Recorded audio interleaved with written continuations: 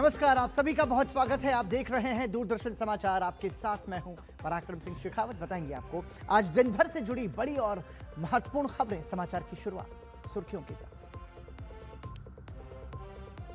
पदभार संभालते ही भाजपा के नवनियुक्त अध्यक्ष नितिन नवीन ने कसी कमर। नए कप्तान ने बुलाई पार्टी पदाधिकारियों की बड़ी बैठक। आगामी विधानसभा चुनावों की तैयारियों पर रहा बैठक का एजेंडा।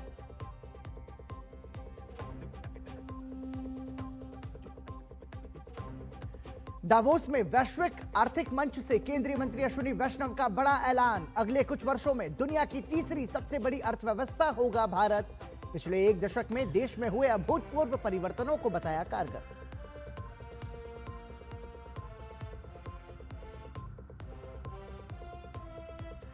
एसआईआर से लेकर आशा वर्कर्स के मुद्दे पर घिरी ममता सरकार। स्वास्थ्य सचिव से वार्ता विफल रहने के बाद भड़का आशा दीदियों का आक्रोश। वहीं मुख्य चुनाव आयुक्त ज्ञानेश कुमार ने पश्चिम बंगाल के सभी नागरिकों को दिलाया भरोसा। कानून हाथ में लेने वालों पर होगी सख्त कार्रवाई।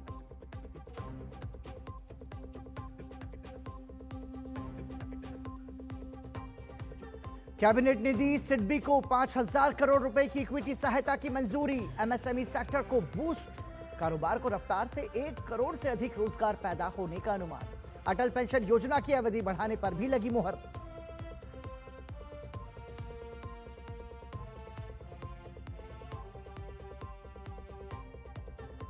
अमित शाह ने गीता प्रेस की पत्रिका कल्याण के शताब्दी अंक के विमोचन समारोह को किया संबोधित। कहा, सनातन को तोड़ने की कोशिश रही नाकाम।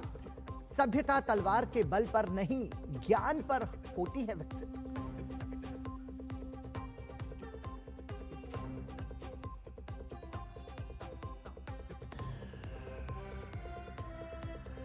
और टी20 मुकाबले में भारत ने न्यूजीलैंड को 48 रन से दी मात। 5 मैचों की टी20 सीरीज में 1-0 से बनाई बढ़त। अभिषेक शर्मा और रिंकू सिंह ने खेली तूफानी पारी।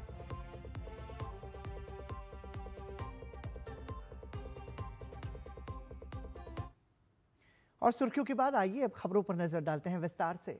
भाजपा के राष्ट्रीय अध्यक्ष नितिन नवीन कमान संभालते ही आज एक्शन मोड में दिखे। वरिष्ठ पदाधिकारियों के साथ बैठक में भाजपा के नए कप्तान ने आगामी विधानसभा चुनावों के लिए बेहद तत्परता के साथ तैयारियों की रिपोर्टिंग ली और यह साफ कर दिया कि इन चुनावों में भाजपा को हर हाल में विजयश्री दिलाना ही पार्टी के हर कार्यकर्ता की प्रतिबद्धता है। भाजपा के राष्ट्रीय अध्यक्ष नितिन नवीन एक्शन मोड में हैं। बीजेपी के नए अध्यक्ष नितिन नवीन ने जहां अपने निर्वाचन और अभिनंदन के पहले ही दिन संगठन में प्रभारी की नियुक्ति कर डाली, वहीं अपने निर्वाचन के दूसरे ही दिन पार्टी पदाधिकारियों की एक बड़ी बैठक बुलाई। बीजेपी के विस्तारित राष्ट्रीय मुख्यालय पर आयोजित बैठक में बीजेपी के सभी राष्ट्रीय और प्रदेश पदाधिकारियों को आमंत्रित किया गया। बैठक में सभी राज्यों के प्रदेश अध्यक्ष, पूर्व अध्यक्ष, प्रदेश प्रभारी, सह प्रभारी शामिल हुए। बैठक की शुरुआत में नवनिर्वाचित अध्यक्ष नितिन नवीन ने श्यामा प्रसाद मुखर्जी और पंडित दीनदयाल उपाध्याय की प्रतिमा पर पुष्पांजलि अर्पित की। इसके बाद नवनिर्वाचित राष्ट्रीय अध्यक्ष नितिन नवीन का स्वागत किया गया। इस मौके पर राष्ट्रीय अध्यक्ष ने आगामी विधानसभा चुनावों की तैयारियों के बारे में विस्तार से जानकारी ली। विश्व की सबसे बड़ी पार्टी भारतीय जनता पार्टी के नवनिर्वाचित राष्ट्रीय अध्यक्ष आदरणीय नितिन नवीन जी का हार्दिक अभिनंदन और स्वागत किया। बैठक के एजेंडे पर जानकारी देते हुए भाजपा महासचिव अरुण सिंह ने कहा कि पश्चिम बंगाल और असम में भाजपा की सरकार बनेगी। केरल में बीजेपी का बेहतर प्रदर्शन होगा। तमिलनाडु और पुडुचेरी में भी हम सरकार बनाएंगे। स्थानीय निकायों में बीजेपी को मिल रही कामयाबी पर भी बैठक में चर्चा हुई। पश्चिम बंगाल में भी बन रही है, असम में भी तीसरी बार रिपीट हो रही है, केरल में भी भारतीय जनता पार्टी का बहुत बड़ा अच्छा प्रदर्शन हो रहा है, सरकार बनाएंगे। और उसके साथ साथ तमिलनाडु में भी भारतीय जनता पार्टी सरकार बनाने जा रही है। पुडुचेरी की भी बहुत अच्छी रिपोर्ट है, फिर से वहां पे रिपीट करेंगे एनडीए की। बैठक में विकसित भारत जी राम जी कानून को लेकर संतोष जताया गया, जबकि मन की बात कार्यक्रम की सफलता का भी जिक्र हुआ। राष्ट्रीय अध्यक्ष नितिन नवीन और निवर्तमान राष्ट्रीय अध्यक्ष जेपी नड्डा ने पार्टी पदाधिकारियों को संबोधित किया।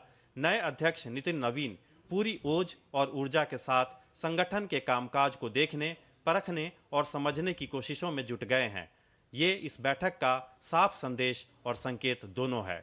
बीजेपी में बड़े चेहरों की कमी नहीं है, लेकिन इन चेहरों के बीच सिर्फ 45 साल के नितिन नवीन को भाजपा का अध्यक्ष बनाकर बीजेपी ने तुरुप का पत्ता खेला है। और बीजेपी के नए अध्यक्ष एक्शन मोड में है, बीजेपी के नए अध्यक्ष फॉर्म में है। शायद यही वजह है कि अपने निर्वाचन के दूसरे ही दिन उन्होंने बड़ी बैठक बुलाकर ये संकेत दे दिया है कि आने वाले दिनों में पार्टी को और भी चुस्त दुरुस्त किया जाएगा। कैमरामैन गौरव गिरी के साथ राजेश राज, डीडी न्यूज, दिल्ली। पश्चिम बंगाल में मतदाता सूची के विशेष गहन पुनरीक्षण को लेकर चुनाव आयोग ने एक स्पष्ट और कड़ा संदेश दिया है। मुख्य चुनाव आयुक्त ज्ञानेश कुमार ने राज्य के लोगों को भरोसा दिलाया है कि किसी को भी कानून अपने हाथ में लेने की इजाजत नहीं दी जाएगी और अगर ऐसा किया गया तो सख्त कार्रवाई होगी। इस बीच सुप्रीम कोर्ट के हालिया निर्देशों के बाद चुनाव आयोग ने पश्चिम बंगाल सरकार को एक औपचारिक पत्र लिखकर कड़ा संदेश दिया है। सुप्रीम कोर्ट ने सोमवार को एसआईआर के तहत सुनवाई केंद्रों पर पुख्ता कानून व्यवस्था सुनिश्चित करने का आदेश दिया था। इसी आदेश का हवाला देते हुए आयोग ने राज्य के मुख्य सचिव, डीजी और कोलकाता पुलिस कमिश्नर को पत्र भेजा है। कानून व्यवस्था के साथ साथ चुनाव आयोग ने राज्य सरकार को एसआईआर के काम के लिए पर्याप्त संख्या में कर्मचारी उपलब्ध कराने के सुप्रीम कोर्ट के निर्देश की भी याद दिलाई है। चुनाव आयोग ने राज्य प्रशासन को स्पष्ट रूप से सतर्क किया है कि यदि सुप्रीम कोर्ट के आदेशों का उल्लंघन हुआ या उनमें कोई कोताही बरती गई तो कड़ी कानूनी कार्रवाई की जाएगी। इसके साथ ही चुनाव आयोग ने सुप्रीम कोर्ट के आदेश का पालन करते हुए राज्य के मुख्य चुनाव अधिकारी के कार्यालय को निर्देश दिया कि लॉजिकल डिस्क्रिपेंसी की सूची इस शनिवार तक प्रकाशित की जाए। यह सूची पंचायत भवनों, ब्लॉक कार्यालयों और उपमंडल स्थित अन्य सरकारी कार्यालयों में प्रदर्शित की जानी चाहिए। सीईओ को निर्देश दिया गया है कि वो इन मतदाताओं के लिए उनके मतदान केंद्र के निकट स्थित पंचायत भवन, ब्लॉक कार्यालय या वार्ड कार्यालय में सुनवाई की व्यवस्था करें। आयोग ने स्पष्ट किया कि सूची प्रकाशित होने के बाद सुनवाई के लिए 10 दिनों का समय दिया जाएगा। दस्तावेज जमा करने के बाद मतदाता को रसीद या एक्नॉलेजमेंट स्लिप दी जानी चाहिए। आयोग ने यह भी निर्देश दिया कि उम्र के प्रमाण के रूप में माध्यमिक यानी कि 10वीं के एडमिट कार्ड को स्वीकार किया जाए।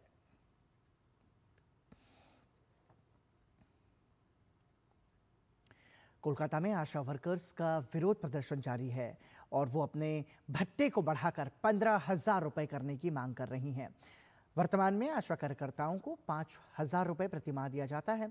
पश्चिम बंगाल के विभिन्न जिलों से आई आशा कार्यकर्ताओं ने स्वास्थ्य विभाग के मुख्यालय स्वास्थ्य भवन पहुंचने का प्रयास किया, लेकिन पुलिस ने उन्हें रोक दिया। कई कार्यकर्ताओं को हिरासत में भी लिया गया है।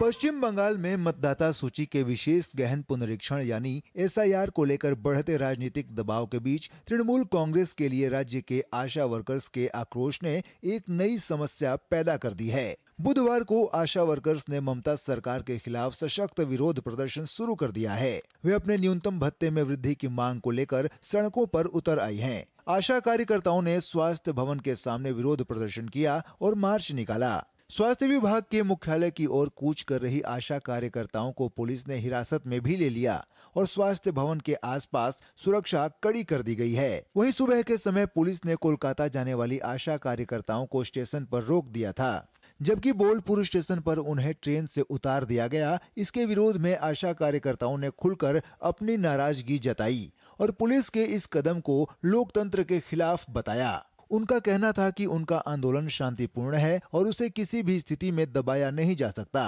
इस बीच आशा वर्कर्स की राज्य के स्वास्थ्य सचिव से बात हुई, लेकिन कोई निर्णय नहीं निकल सका।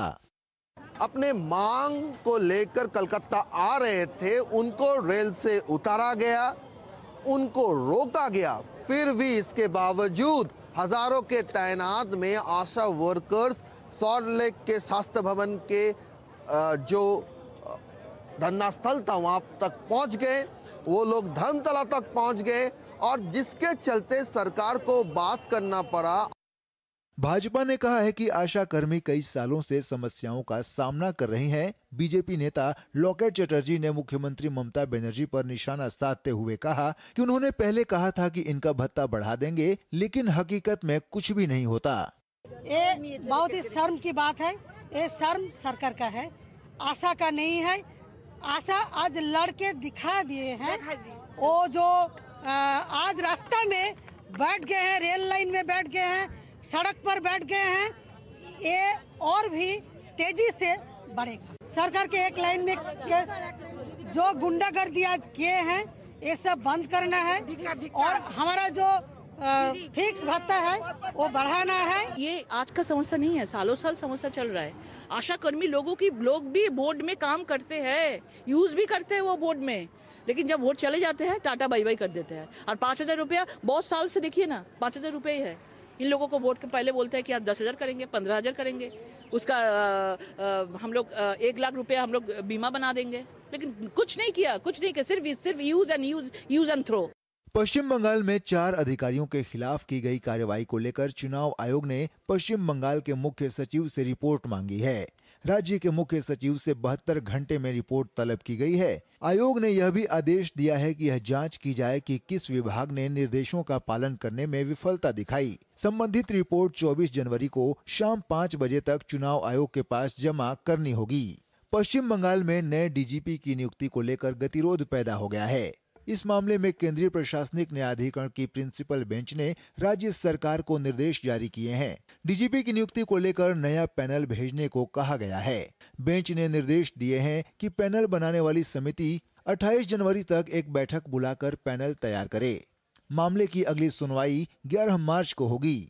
दरअसल मौजूदा डीजीपी राजीव कुमार का कार्यकाल 31 जनवरी को खत्म हो रहा है। राज्य सरकार ने डीजीपी पद के संभावित उम्मीदवारों का एक पैनल केंद्र सरकार को भेजा था, लेकिन भारतीय लोक सेवा आयोग ने उस पैनल को वापस भेज दिया है।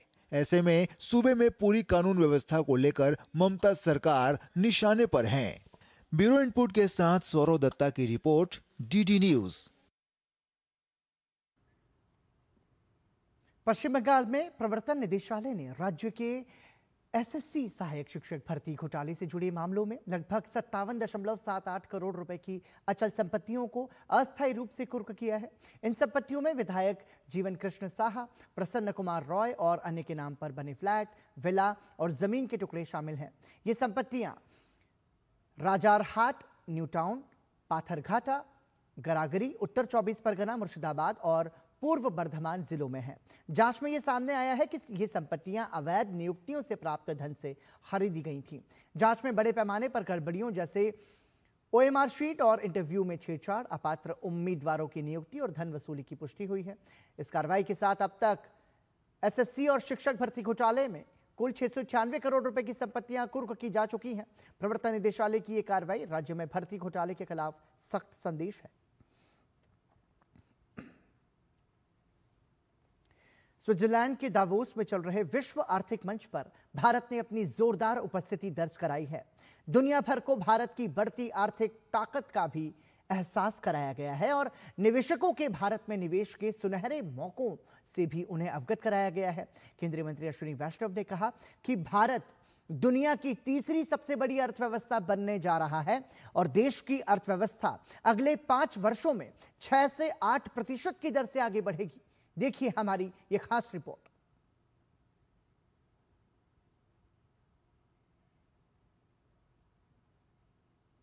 स्विट्जरलैंड के दावोस में चल रहे विश्व आर्थिक मंच से भारत की आर्थिक ताकत और निवेश क्षमता की गूंज सुनाई दे रही है। इस दौरान आयोजित एक कार्यक्रम में केंद्रीय मंत्री अश्विनी वैष्णव ने भरोसा जताते हुए कहा कि आने वाले समय में भारत दुनिया की तीसरी सबसे बड़ी अर्थव्यवस्था बनेगा। उन्होंने कहा कि अगले 5 वर्षों में भारत की अर्थव्यवस्था 6 से 8% की दर से आगे बढ़ेगी। India will become the third largest economy in the coming few years itself. It's not a question of will it become. It's certainly, that's a certainty that will happen. It's a question of within next few years, we will definitely become the third largest economy. What's working very well is the last decade of very transformational change which has happened in our country. And it's a very well thought through, well-defined and very focused execution. It's built on 4 pillars: the pillar of public investment in physical, digital, and social infra, the pillar of making sure that the entire society grows along with the growth of the country, so very inclusive growth. Third, the pillar of manufacturing and innovation. Fourth, the pillar of simplification. All this combined with the base of technology that we have put, we can very clearly say that India is going to grow with 6 to 8% real growth and a moderate 2 to 4% inflation and a nominal growth of 10 to 13% with 95% confidence interval in the next 5 years. केंद्रीय मंत्री अश्विनी वैष्णव ने कहा कि भारत सरकार सहकारी संघवाद के सिद्धांत पर विशेष फोकस के साथ काम कर रही है, जिसमें केंद्र और राज्य मिलकर आपसी सहयोग से कार्य कर रहे हैं। We follow a model of cooperative federalism where the central government and the state governments, we work together to bring out many of the reforms.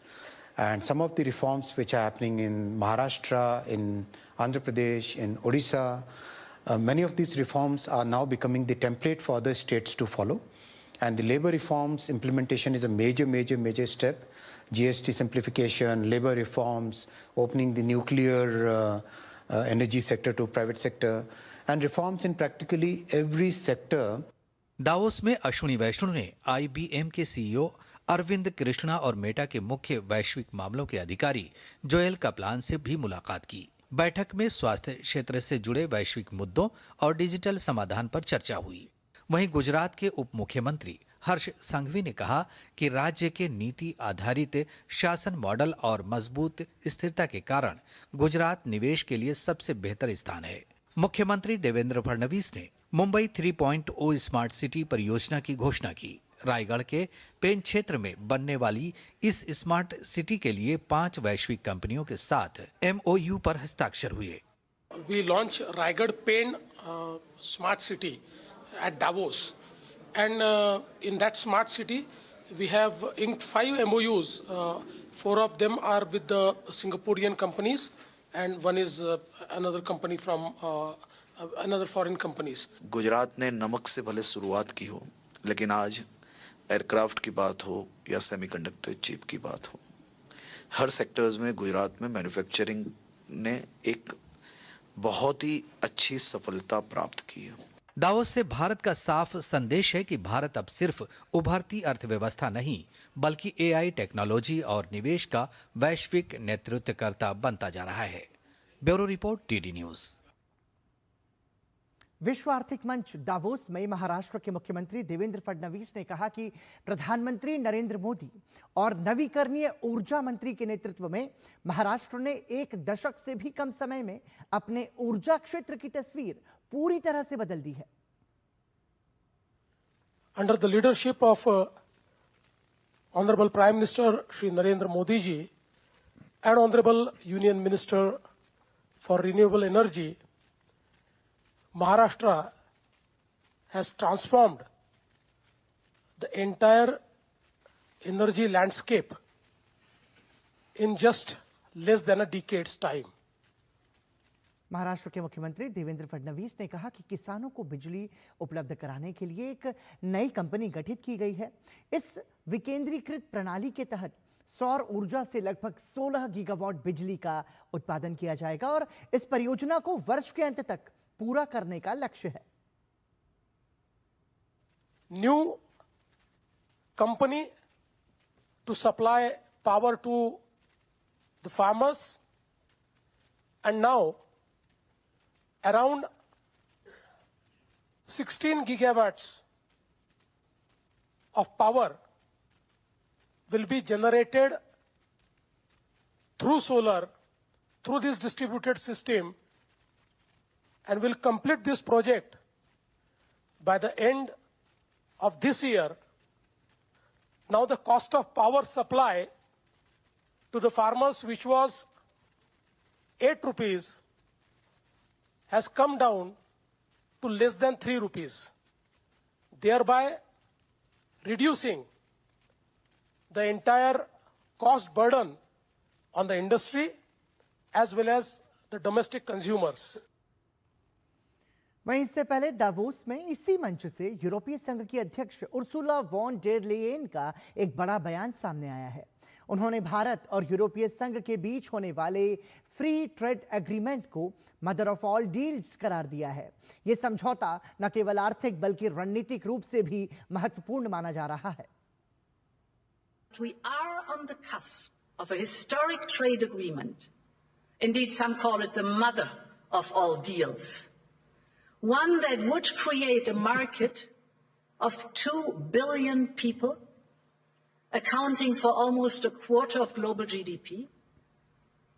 And crucially, that would provide a first mover advantage for Europe with one of the world's fastest growing and most dynamic continents.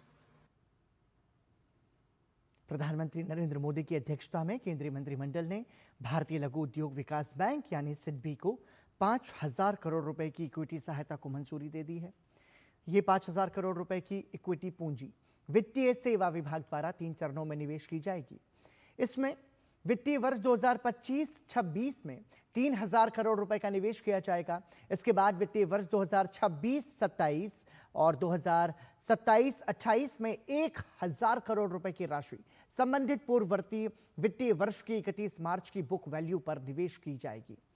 5,000 crore रुपए की equity पूंजी निवेश के बाद 2028 के अंत तक लगभग 25.74 लाख नए एमएसएमई लाभार्थी जोड़े जाने की उम्मीद है। एमएसएमई मंत्रालय की आधिकारिक वेबसाइट से उपलब्ध नवीनतम आंकड़ों के अनुसार 6.90 करोड़ एमएसएमई द्वारा कुल 30 करोड़ से ज्यादा लोगों को रोजगार प्रदान किया गया है और इस औसत को ध्यान में रखते हुए वित्तीय वर्ष 2027-28 के अंत तक अनुमानित 25.74 लाख नए एमएसएमई लाभार्थियों के जुड़ने से लगभग 1.12 करोड़ नए रोजगार के अवसर सृजित होने का अनुमान है।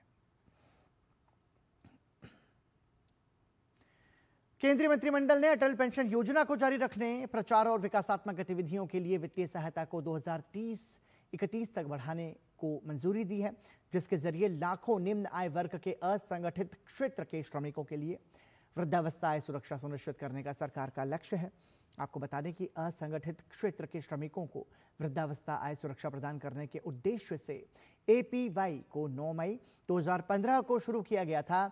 एपीवाई 60 वर्ष की आयु से शुरू होकर अंशदान के आधार पर प्रति माह 1,000 रुपए से 5,000 रुपए तक की गारंटीकृत न्यूनतम पेंशन प्रदान करता है। केंद्र सरकार ने देश भर के असंगठित क्षेत्र के श्रमिकों के लिए एक बड़ा कदम उठाया है। सरकार ने अटल पेंशन योजना को 2030-31 तक जारी रखने को मंजूरी दी है। प्रधानमंत्री नरेंद्र मोदी ने सोशल मीडिया प्लेटफॉर्म एक्स पर पोस्ट कर इसकी जानकारी दी है। प्रधानमंत्री मोदी ने एक्स पर अपने संदेश में लिखा कि देश भर के असंगठित क्षेत्र के अपने श्रमिक भाई बहनों के कल्याण के लिए हम प्रतिबद्ध हैं। इसी कड़ी में आज हमारी सरकार ने अटल पेंशन योजना को 2030-31 तक जारी रखने को मंजूरी दी है। इससे निम्न आय वर्ग और असंगठित क्षेत्र के श्रमिकों के लिए वृद्धावस्था आय सुरक्षा सुनिश्चित होगी। केंद्रीय मंत्रिमंडल ने लघु उद्योग विकास बैंक ऑफ इंडिया यानी सिडबी को 5,000 करोड़ रुपए की इक्विटी सहायता को मंजूरी दे दी है। जैसा कि हमने आपको बताया, इससे वित्तीय सहायता प्राप्त करने वाले एमएसएमईज की जो संख्या है वो वित्त वर्ष 2025 के अंत में 76.26 लाख से बढ़कर वित्त वर्ष 2028 के अंत तक 102 लाख होने की उम्मीद है। यानी लगभग 25.74 लाख नए एमएसएमई लाभार्थी जुड़ेंगे। प्रधानमंत्री मोदी ने अपने एक्स हैंडल पर इसकी जानकारी देते हुए अपने संदेश में लिखा कि आज मंत्रिमंडल द्वारा लघु उद्योग विकास बैंक ऑफ इंडिया सिडबी को इक्विटी सहायता प्रदान करने से संबंधित निर्णय से अनगिनत लघु एवं मध्यम उद्यमों को लाभ होगा और इस प्रकार एक विकसित भारत के निर्माण में योगदान मिलेगा। प्रधानमंत्री नरेंद्र मोदी की अध्यक्षता में केंद्रीय मंत्रिमंडल ने एमएसएमई को 5,000 करोड़ रुपए की इक्विटी सहायता को मंजूरी दी है। इसे लेकर वित्त मंत्री निर्मला सीतारमण कार्यालय ने सोशल मीडिया पर एक तस्वीर साझा करते हुए जानकारी दी। उन्होंने लिखा कि माननीय प्रधानमंत्री की अध्यक्षता में केंद्रीय मंत्रिमंडल ने लघु उद्योग विकास बैंक ऑफ इंडिया को 5,000 करोड़ रुपए का इक्विटी सहायता को मंजूरी दी है। भारतीय लघु उद्योग विकास बैंक के 5,000 करोड़ रुपए की इक्विटी पूंजी निवेश के बाद वित्तीय सहायता प्राप्त करने वाले एमएसएमईज की संख्या वित्त वर्ष 2025 के अंत में 76.26 लाख से बढ़कर वित्त वर्ष 2028 के अंत तक 102 लाख होने की उम्मीद है। उपराष्ट्रपति सीपी राधाकृष्णन ने आज कर्नाटक के बेंगलुरु स्थित सीएमआर प्रौद्योगिकी संस्थान के रजत जयंती समारोह में मुख्य अतिथि के रूप में भाग लिया। इस अवसर पर उपराष्ट्रपति ने राष्ट्र निर्माण में शैक्षणिक संस्थानों की भूमिका पर प्रकाश डाला। उन्होंने कहा कि भारत जल्द ही विश्व की तीसरी सबसे बड़ी अर्थव्यवस्था बनने जा रहा है।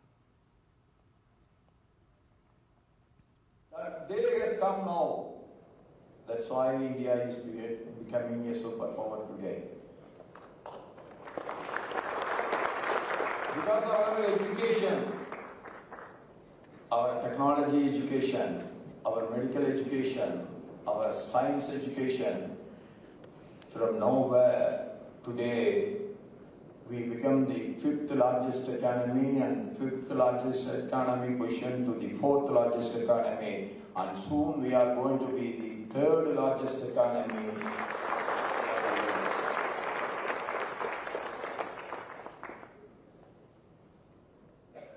25 years of an institution is not a measure of time.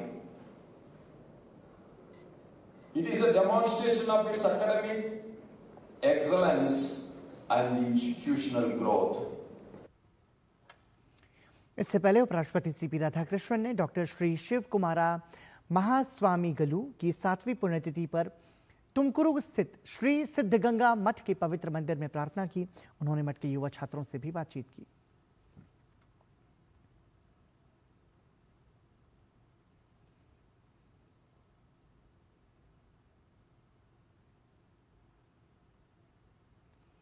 केंद्रीय गृह मंत्री अमित शाह ने उत्तराखंड के ऋषिकेश में गीता भवन स्वर्गाश्रम में गीता प्रेस द्वारा प्रकाशित मासिक पत्रिका कल्याण के शताब्दी अंक के विमोचन समारोह में हिस्सा लिया। इस मौके पर गृह मंत्री अमित शाह ने गीता प्रेस के योगदान की सराहना की। गृह मंत्री के मुताबिक भारतीय संस्कृति और सनातन धर्म के प्रचार प्रसार में गीता प्रेस की भूमिका ऐतिहासिक रही है। भारत का हर वो व्यक्ति जिसको सनातन धर्म से आकांक्षा है, दुनिया का हर जो व्यक्ति जो भारतीय संस्कृति की ओर दुनिया की समस्याओं के समाधान के लिए देख रहा है, और हर वो व्यक्ति जो इस भूमि को प्यार करता है, वो गीता प्रेस से अनजान हो ही नहीं सकता। गीता प्रेस ने अपना ये स्थान निश्चित किया। केंद्रीय गृह मंत्री अमित शाह ने कार्यक्रम को संबोधित करते हुए मुगल काल में हिंदू धार्मिक स्थलों पर हुए अत्याचारों का उल्लेख किया। उन्होंने कहा कि तोड़ने वालों से श्रद्धा की शक्ति कहीं अधिक होती है। इतिहास का हवाला देते हुए गृह मंत्री अमित शाह ने जिक्र किया कि गजनी और खिलजी जैसे आक्रांता इतिहास में गुम हो गए, जबकि सोमनाथ मंदिर पर आज भी सनातन की ध्वजा लहरा रही है। अमित शाह ने यह भी बताया कि सोमनाथ मंदिर को तोड़े हुए 1000 वर्ष पूरे होने पर सरकार पूरे वर्ष को सोमनाथ स्वाभिमान वर्ष के रूप में मना रही है। श्री सोमनाथ के मंदिर को तोड़े हुए 1000 साल हुए और भारत सरकार पूरा वर्ष सोमनाथ स्वाभिमान वर्ष के रूप में मनाने जा रही है। हमारे श्रद्धा स्थान को 16 बार तोड़ा गया, 16 बार फिर से बना, और तोड़ने वाले गिजनी, खिलजी, मोहम्मद बेगड़ा सब कहीं ना कहीं गुम हो गए। सोमनाथ की सनातन की ध्वजा आज भी दिगंत पर लहरा रही। प्रयागराज में शंकराचार्य अविमुक्तेश्वरानंद सरस्वती के मुद्दे पर विवाद लगातार बढ़ता जा रहा है। माघ मेले में विश्व हिंदू परिषद काशी प्रांत के संत सम्मेलन में पहुंचे अखाड़ा परिषद के अध्यक्ष रविंद्र पुरी ने बयान दिया है। रविंद्र पुरी ने कहा कि अविमुक्तेश्वरानंद ने मुख्यमंत्री योगी आदित्यनाथ को लेकर जो टिप्पणी की है वो गलत है। संतों को ऐसे शब्द शोभा नहीं देते। होता है उसके लिए सरकार है, उसके लिए शिकायत है, उसके लिए हम सब लोग थे। एक बार किसी को कहा होता, आपने एफआईआर किया होता, आपने उसके लिए एप्लीकेशन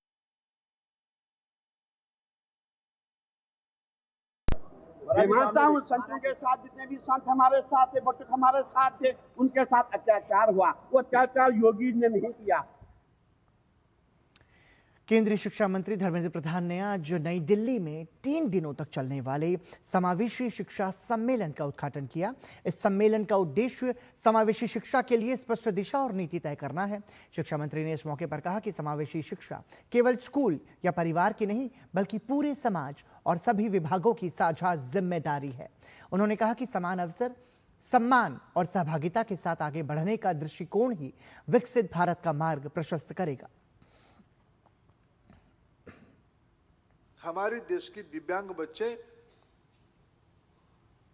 पारा ओलंपिक्स में अपना मेडल लेके आते हैं। इस प्रकार की उपलब्धि के लिए जो हासिल कर पाते, लेकिन चुनौती क्या है, उनको संभाले कैसे, उसकी आयाम beyond school, beyond house hold करना पड़ेगा। सोसाइटी उसको आदर करना पड़ेगा, तब जाके ये काम संभव हो पाएगा। इसीलिए कभी कभी बात आती है टेक्निकल टर्म पे स्पेशल एजुकेटर चाहिए। भारत सरकार, राज्य सरकारें मिलकर उस विषय में ध्यान दे रहे हैं, लेकिन समाज को एजुकेटर बनना पड़ेगा, समाज को इसकी दायित्व लेना पड़ेगा।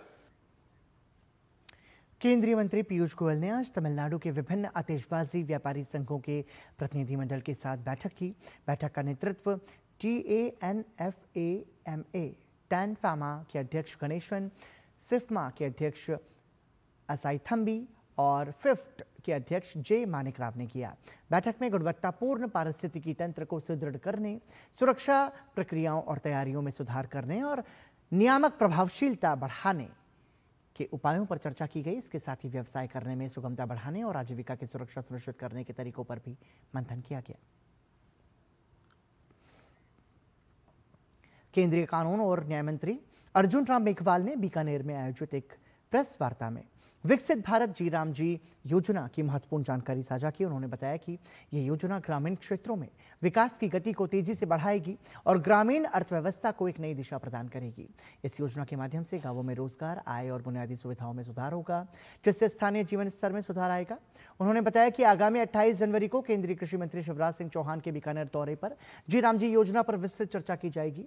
केंद्रीय मंत्री अर्जुन राम मेघवाल ने कहा कि ये योजना ग्रामीण भारत को आर्थिक मजबूती, सम्मानजनक रोजगार और पारदर्शी शासन देने के लिए एक सशक्त कदम है। उन्होंने इसे ग्रामीण सशक्तिकरण और गरीब कल्याण के लिए एक नए अध्याय की शुरुआत बताया, जो देश के विकास में महत्वपूर्ण योगदान देगा।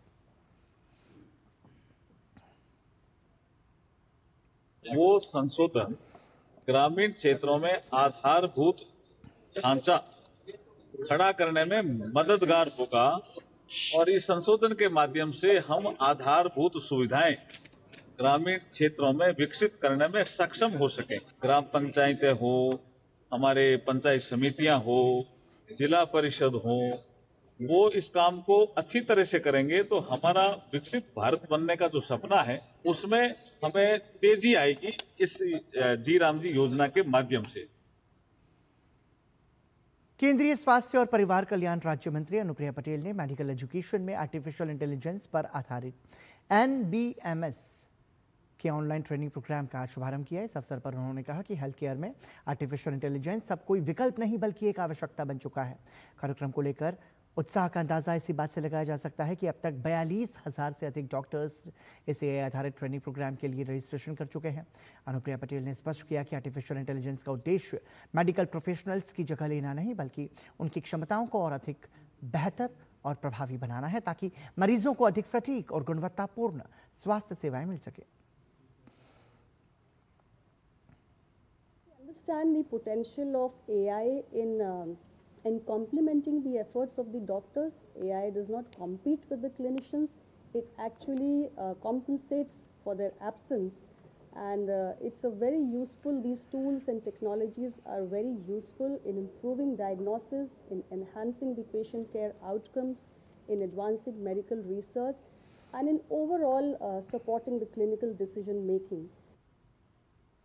केंद्रीय विद्युत मंत्री मनोहर लाल ने कहा है कि भविष्य में विद्युत क्षेत्र का विशाल विस्तार होने वाला है। बढ़ती अर्थव्यवस्था को एक समृद्ध विद्युत क्षेत्र की आवश्यकता है, जो आज हमारी कल्पना से कहीं अधिक है। ऐसे में हमारे वितरण और विद्युत कंपनियों डिस्कॉम को मजबूत, समृद्ध और आर्थिक रूप से सशक्त होना होगा। विद्युत वितरण उद्योग सम्मेलन ईडीआईकॉन 2026 के उद्घाटन सत्र को संबोधित करते हुए उन्होंने कहा कि मजबूत वितरण और विद्युत कंपनियों का अर्थ और बेहतर सेवाएं और उपभोक्ताओं की जरूरतों के प्रति अधिक संवेदनशीलता। केंद्रीय मंत्री ने राज्य विद्युत नियामक आयोग से लागत अनुरूप टैरिफ की दिशा में आगे बढ़ने का आग्रह किया। साथ ही विद्युत अधिनियम के प्रावधानों के अनुसार जरूरतमंद उपभोक्ताओं के लिए लक्षित सब्सिडी सुनिश्चित करने की भी बात कही। केंद्रीय मंत्री ने कहा कि आगामी समय में हमारा 20 करोड़ स्मार्ट मीटर का लक्ष्य है। केंद्रीय मंत्री ने AISA की वार्षिक रिपोर्ट इंडिया डिस्कॉम 2025 का पहला प्रकाशन भी जारी किया। साथ ही 6 अलग अलग श्रेणियों में 12 विद्युत वितरण कंपनियों को स्वर्ण और रजत पुरस्कार प्रदान किए। 2047 एक ऐसा टारगेट है कि हम दुनिया को दिखाना चाहते हैं कि हम आज़ादी 1947 में जहाँ थे 2047 में हम कहाँ पहुँचे हैं। हमारी गति इसको देख करके दुनिया भी प्रेरणा प्राप्त करे, इसलिए उसमें हमारा जो योगदान है उसको हमने पूरा काम करना है। इसको काम करते हुए हमारी जो ग्रिड की दुनिया है, इस दुनिया में हम सिंगल इंटीग्रेटेड ग्रिड उसमें से एक सबसे बड़े ग्रिड के रूप में उभरे हैं। जहाँ तक इंस्टॉल्ड कैपेसिटी है वो भारत के पास 500 गीगावाट से अधिक की आज इंस्टॉल्ड कैपेसिटी बन गई है कि 5 वर्ष पहले ही 2025 में हम अपने 50% सोशल पावर का टारगेट प्राप्त कर चुके हैं। दिल्ली के भारत मंडपम में भारतीय चुनाव आयोग द्वारा आयोजित लोकतंत्र और चुनाव प्रबंधन पर भारत अंतर्राष्ट्रीय सम्मेलन 2026 आज से शुरू हो गया। उद्घाटन सत्र में मुख्य निर्वाचन आयुक्त ज्ञानेश कुमार ने कहा कि भारत में लोकतंत्र की सबसे बड़ी प्रक्रिया में साल दर साल सुधार हो रहा है। भारत अंतर्राष्ट्रीय लोकतंत्र और चुनाव प्रबंधन संस्थान द्वारा आयोजित 3 दिवसीय भारत अंतर्राष्ट्रीय लोकतंत्र और चुनाव प्रबंधन सम्मेलन 2026 आज से नई दिल्ली के भारत मंडपम में शुरू हो गया है। सम्मेलन में 70 से अधिक देशों के लगभग 100 प्रतिनिधि भाग ले रहे हैं। 3 दिनों में 40 से अधिक द्विपक्षीय बैठकें और 36 सत्र आयोजित किए जाएंगे। उद्घाटन सत्र में बोलते हुए मुख्य निर्वाचन आयुक्त ज्ञानेश कुमार ने कहा कि भारत में लोकतंत्र की सबसे बड़ी प्रक्रिया चुनाव में साल दर साल सुधार करने की है। Indian elections become one of the largest exercise on planet year after year in terms of logistics, numbers and transparency. Each booth, polling booth in India roughly has around 970 electors, roughly 300 houses. And the responsibility of the electors and ensuring that all the eligible electors are included in the electoral roll is vested with a booth level officer. The booth level officer is the foundation and is the foundational pillar for the electoral democracy in India. इसी के साथ उन्होंने बिहार में हुए चुनाव पर कहा कि बिहार में 7.5 करोड़ मतदाताओं को SIR के माध्यम से मतदाता सूची में शामिल किया गया, जिसे बिना किसी शिकायत के पूरा कर लिया गया। With the efficiency of the booth level officers, the electoral registration officers and the chief electoral officer of Bihar, that out of 75 million electors, the number of appeals were 0. And another feat which was achieved in these Bihar elections were, we had polling on 2 dates, 6th November and 11th November. Nearly 1 lakh polling stations. And once again, a leading question, how many repolls were required? 0. सम्मेलन के दौरान दुनिया भर की democracy के Atlas पर विस्तार से चर्चा के बाद इसे अंतिम रूप देने पर काम किया जाएगा। साथ ही आयोग भारत निर्वाचन आयोग के सभी चुनाव संबंधी सूचनाओं और सेवाओं के लिए एक ही स्थान पर उपलब्ध डिजिटल प्लेटफॉर्म ECI नेट का औपचारिक रूप से शुभारंभ भी करेगा। Rishi Kumar, DD news, Delhi. लखनऊ में 86वें अखिल भारतीय पीठासीन अधिकारी सम्मेलन का समापन हो गया है। सम्मेलन का समापन लोकसभा अध्यक्ष ओम बिरला के भाषण के साथ हुआ। समापन सत्र में उत्तर प्रदेश के मुख्यमंत्री योगी आदित्यनाथ समेत कई नेता मौजूद रहे।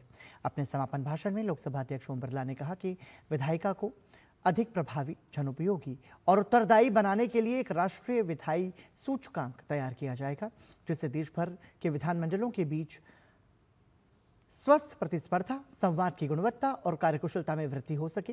वहीं 86वें अखिल भारतीय पीठासीन अधिकारी सम्मेलन में कुल 6 महत्वपूर्ण संकल्प पारित किए गए।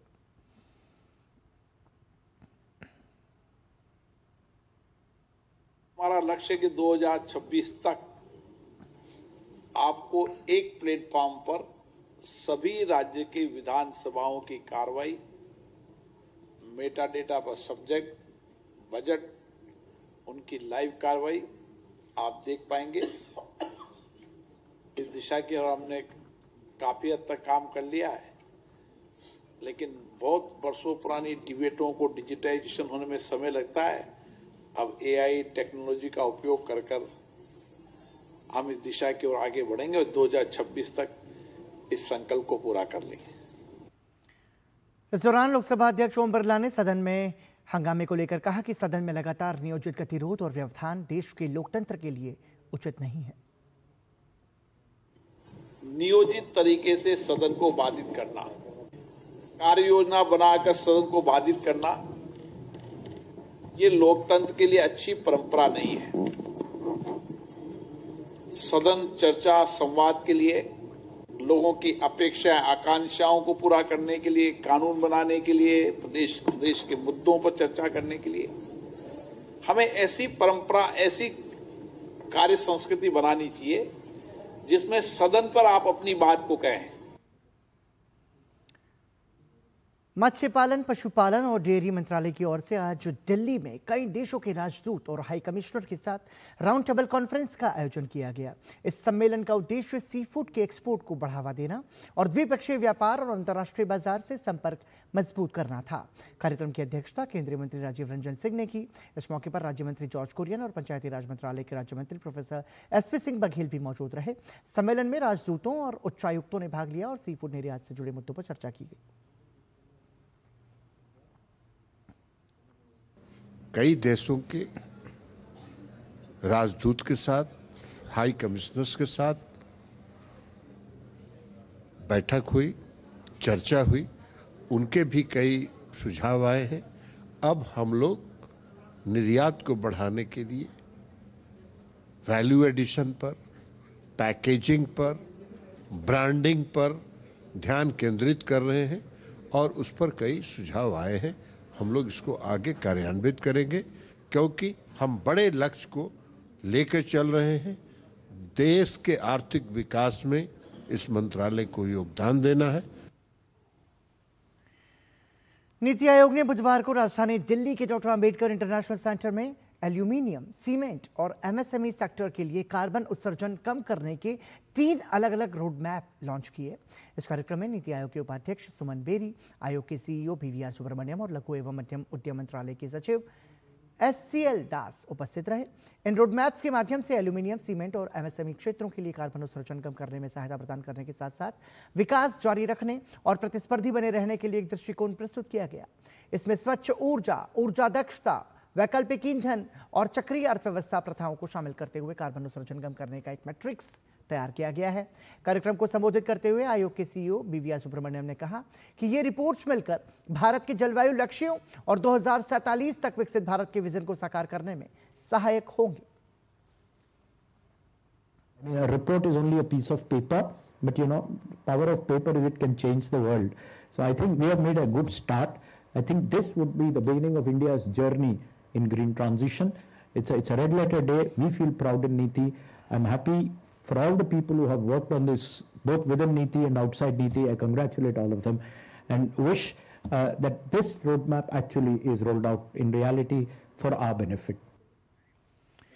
वहीं सूक्ष्म, लघु एवं मध्यम उद्यम मंत्रालय के सचिव एससीएल दास ने कहा कि यह पहला मौका है जब नीति आयोग ने अपने रिपोर्ट में इस सेक्टर के लिए ऊर्जा दक्षता के लक्ष्यों के साथ साथ इन्हें हासिल करने के लिए कार्य योजना भी प्रस्तुत की है। It's a very empirical basis, empirically founded analytical framework to look at the problem statement. Secondly, and I think more important, it gives a program for action. That's very important and very useful part of this particular publication. Chandigarh की सुखना झील के संरक्षण को लेकर supreme court ने गंभीर चिंता जताई है। आपको बता दें कि चीफ जस्टिस सूर्यकांत ने कहा कि सुखना झील को और कितना सुखाओगे। उन्होंने आरोप लगाया कि बिल्डर माफिया राजनीतिक संरक्षण के साथ काम कर रहे हैं, जिससे झील का विनाश हो रहा है। 2024 में पंजाब सरकार को सुखना झील के चारों ओर 100 मीटर का इको सेंसिटिव जोन घोषित करने के फैसले पर पुनर्विचार करने का निर्देश दिया गया था। विशेषज्ञों का कहना है कि यह जोन 1 से 3 किलोमीटर तक होना चाहिए। कोर्ट ने मामले की अगली सुनवाई 4 सप्ताह बाद करने का आदेश दिया। वहीं सुप्रीम कोर्ट अरावली की परिभाषा से जुड़े मसले पर फिर से विचार के लिए नई कमेटी बनाएगा। कोर्ट ने सरकार समेत सभी पक्षकारों से कहा है कि वो कमेटी के लिए पर्यावरण और वन विभाग से जुड़े एक्सपर्ट के नाम दें। कोर्ट ने कहा कि ये नई कमेटी अदालत की निगरानी में काम करेगी। कोर्ट ने कहा कि इस विवाद से जुड़े मसले पर विचार के लिए विस्तृत नोट कोर्ट के सामने रखे जाएं ताकि उन मुद्दों पर सुनवाई हो सके। वहीं राजस्थान के कुछ किसानों की ओर से पेश वकील राजू रामचंद्रन ने कहा कि अभी भी कुछ इलाकों में गैर कानूनी माइनिंग हो रही है। कोर्ट ने राजस्थान सरकार से कहा कि वो सुनिश्चित करे कि कोई गैर कानूनी माइनिंग ना हो। तेलंगाना में एक ही दिन में 3 किसानों की आत्महत्या को लेकर राजनीति तेज हो गई है। भारत राष्ट्र समिति के कार्यकारी अध्यक्ष केटी रामाराव ने राज्य सरकार पर निशाना साधा है। उन्होंने कहा कि यह राज्य में किसानों की बदहाल स्थिति को बयां करता है। तेलंगाना में राज्य बनने के समय जो मुश्किल हालात थे वो आज भी बने हुए हैं। केटी रामाराव ने बताया कि आदिलाबाद, मेडक और जयशंकर भूपलपल्ली जिलों में 3 किसानों की आत्महत्या का मुख्य कारण कर्ज था। उन्होंने आरोप लगाया कि पिछले 2 वर्षों में करीब 900 किसानों ने आत्महत्या की है, जिसकी वजह राज्य सरकार की अनदेखी है।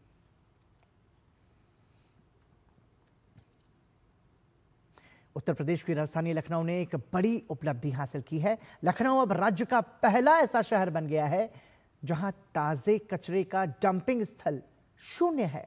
स्वच्छ भारत मिशन शहरी के तहत नगर निगम ने नगरपालिका ठोस कचरे का 100% वैज्ञानिक प्रसंस्करण का लक्ष्य पूरा कर लिया है।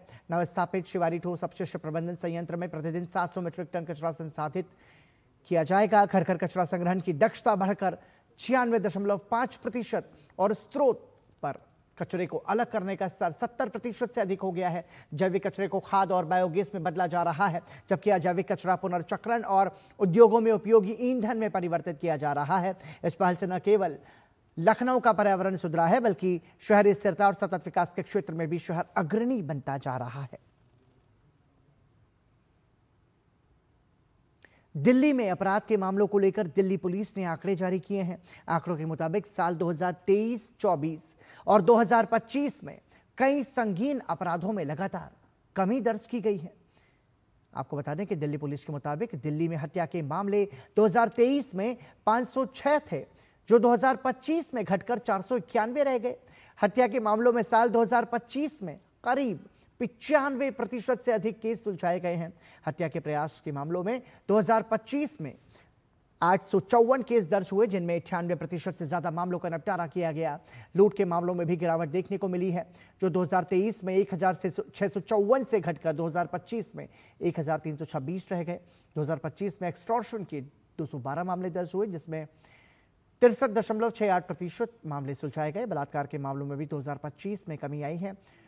1901 मामले दर्ज किए गए और इन मामलों में से 97% से ज्यादा केस सुलझाए गए हैं। स्नैचिंग के 2025 में 5406 मामले दर्ज हुए, जिनमें करीब 64% केस सुलझाए जा सके।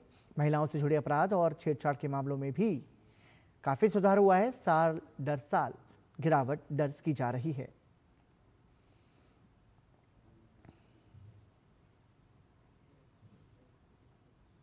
तो दिल्ली में संगीन अपराधों के मामलों में लगातार गिरावट दर्ज की जा रही है।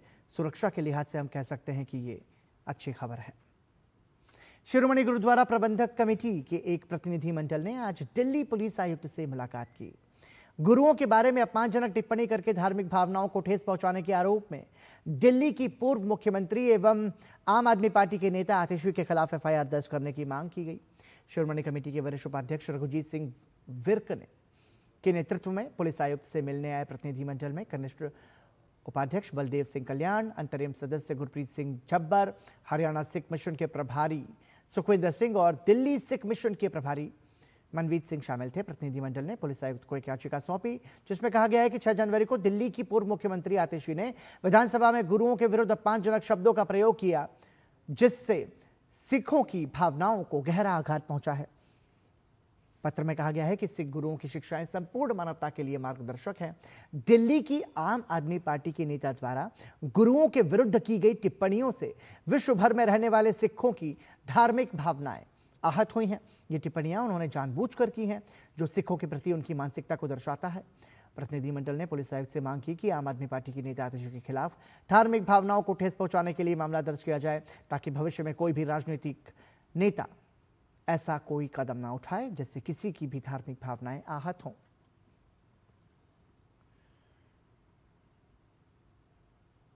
सुब्रतो पार्क स्थित एयरफोर्स ऑडिटोरियम में राष्ट्रीय सुरक्षा की अनिवार्यताओं से संबंधित 22वें सुब्रतो मुखर्जी सेमिनार का आयोजन किया गया। Centre for Air Power Studies के बैनर तले आयोजित इस कार्यक्रम में वायुसेना प्रमुख air chief marshal AP Singh, CAPSS के महानिदेशक air vice marshal Anil Golani, retired पूर्व air force chief air chief marshal RKS Bhadauria समेत तमाम रक्षा अधिकारियों और गणमान्य लोगों ने शिरकत की।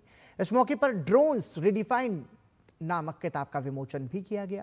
सेमिनार के दौरान मल्टी डोमेन ऑपरेशंस, भविष्य के युद्ध की तकनीकें जैसे AI, autonomous systems, cognitive warfare, fake news, globally fake narrative, fake YouTube channels, doctorate videos, mind game, deep fake, media का योगदान जैसे विषयों पर चर्चा हुई। इस दौरान वायुसेना प्रमुख air chief marshal AP Singh ने कहा कि एयरफोर्स ने हमेशा अपना लोहा मनवाया है, चाहे संघर्ष के समय सूडान से भारतीयों को निकालने की बात हो या फिर पाकिस्तान में आतंकी ठिकाने ध्वस्त करने की बात हो, हमेशा क्लियर सिग्नल दिया है और अपने मजबूत इरादे जाहिर किए हैं। Whether it is getting people out of conflict zone, like we did it in Sudan, or whether it is giving a blow to the terrorist infrastructure and their perpetrators, or whether it is attacking multiple bases in Pakistan in a matter of few hours to send a signal that enough is enough and bring them to their knees. It was air power which did the trick, and that has to be remembered. Nepal में होने जा रहे चुनावों के लिए मदद के तहत भारत ने नेपाल को 61 वाहनों का पहला जत्था भेज दिया है। नेपाल में चुनावों के सुचारू संचालन के लिए नेपाल के अनुरोध पर भारत 2008 से ही लगातार मदद भेजता रहा है। इसके तहत भारत इस साल करीब 650 वाहन भेजेगा। इस क्रम में चुनाव संबंधी सहायता के पहली खेप के रूप में 61 डबल कैब पिकअप वाहन और अन्य सामग्री काठमांडू स्थित नेपाल के गृह मंत्री ओम प्रकाश आर्यल को सौंपी गई। नेपाल के गृह मंत्री ओम प्रकाश आर्यल ने विश्वास व्यक्त किया कि इन वाहनों का उपयोग चुनाव के सुचारू संचालन के लिए किया जाएगा।